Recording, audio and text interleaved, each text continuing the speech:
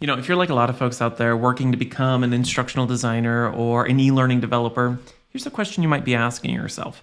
Do you really need a portfolio? Well, yeah, you do. And no, you don't. You see, the answer to this question is a bit more complicated than you might think. And that's what we're going to tackle in this video. So stick around.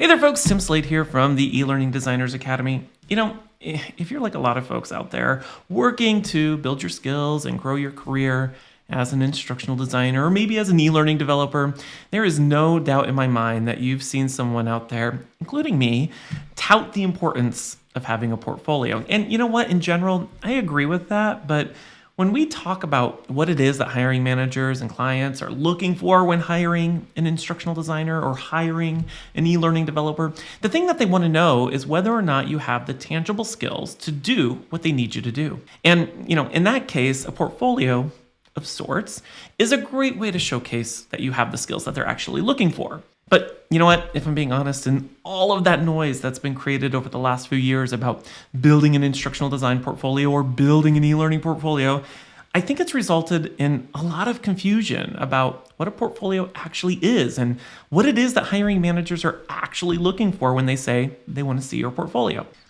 Before I started my own business as a freelancer and before I started doing all this crap here on YouTube, I actually worked as a hiring manager, leading a global team of instructional designers from as far east as Munich, Germany, to as far west as Seattle, Washington. And when I was looking to hire a new instructional designer or a new e-learning developer on my team, did I want to see their portfolio? Of course I did. But you know what that didn't mean? It didn't necessarily mean that I wanted to see their website. It meant that I wanted to see samples of their work. And the reason this distinction is so important to understand is that building a website does not equal building a portfolio.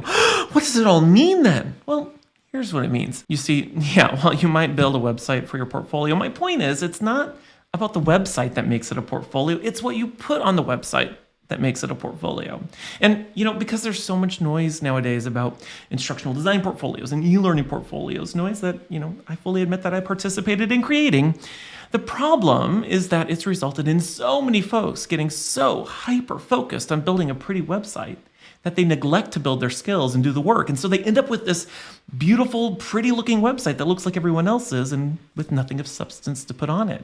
And I know you know exactly what I'm talking about, especially if you've been working to build your own portfolio or if you're currently working as a hiring manager and you're having to sift through all of these portfolios, because we've all seen those generic-looking portfolio websites that have the same combination of keywords and the same-looking logos and the same-looking layouts, and they all contain the same-looking infographics that were created in Canva to explain the 5 steps of the ADDIE process because some influencer told them that that's the secret to becoming an instructional designer. I mean, I know I'm being a little dramatic here, but let's just be honest for a hot minute. We've all seen it, folks. And, gosh, I have to say, there's nothing inherently wrong with those types of portfolios, but if that's what you're going to create for yourself, how do you expect to stand out from the crowd and compete with every other candidate who has the exact same thing?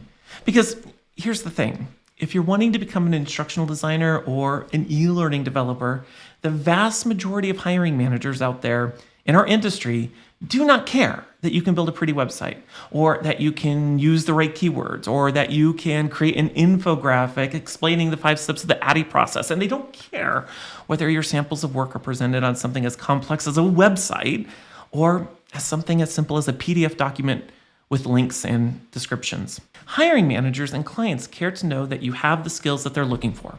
And to know that, they want to see samples of your work to showcase those skills. And they want to understand the thinking and the judgment behind your instructional design decisions. When I was first getting started in this industry, my very first portfolio wasn't a website. In fact, it was actually a printed pamphlet that I designed in PowerPoint and I took to a local print shop to have printed and bound. And, this was long before you could easily build a website or even host examples of work online. And so what I did was I took a bunch of my samples of work and I burnt it onto a CD, and I glued a CD sleeve on the backside of this pamphlet. And every time I'd have an interview, I would bring several copies of this thing and hand it out to everybody, and that was my portfolio. And the great thing about this was that it not only showcased the final examples of my work with what I put on the CD, but it also explained my instructional design and e-learning development process. And I have to say, I used that little booklet as my portfolio for several years. And every time I would take that thing to an interview, it always resulted in a job offer every single time.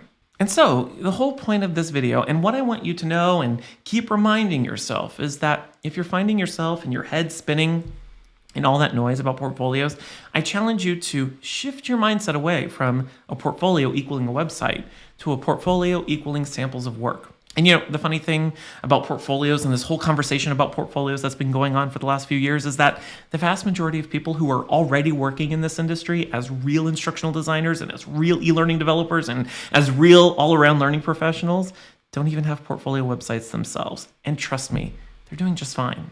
And of course, that doesn't mean you can't build the most amazing and the most beautiful portfolio website. I'm not trying to stop you from doing that. But let's first make sure you focus on your skills.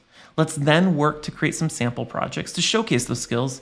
And then you can go build the most amazing portfolio website, whether that's a website or something else. I promise you, it'll get you much further.